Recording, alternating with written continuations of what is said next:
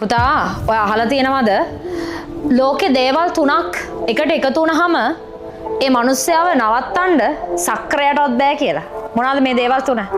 මිනිස්සෙක්ට පිස්සුවෙන් වගේ අරමුණක් තියෙනවනම් ඒ අරමුණ වෙනුවෙන් අසාමාන්‍ය ඉවසීමක් ඒ මිනිස්සයාට තියෙනවනම් ඒ වගේම ඒ අරමුණ වෙනුවෙන් ඒ මිනිස්සයා පුදුම ඩිසිප්ලින් එකක් මේන්ටේන් කරනවා නම් මතක තියාගන්න.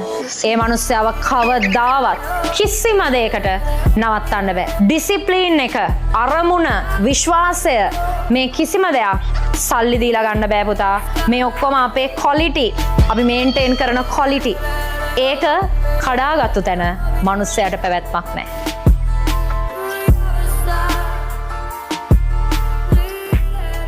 ලංකාවේම ළමයි හොයන ජෝග්‍රෆි පන්තිය හිතට තිතට ජෝග්‍රෆි රුවන්මාලී ජයවික්‍රම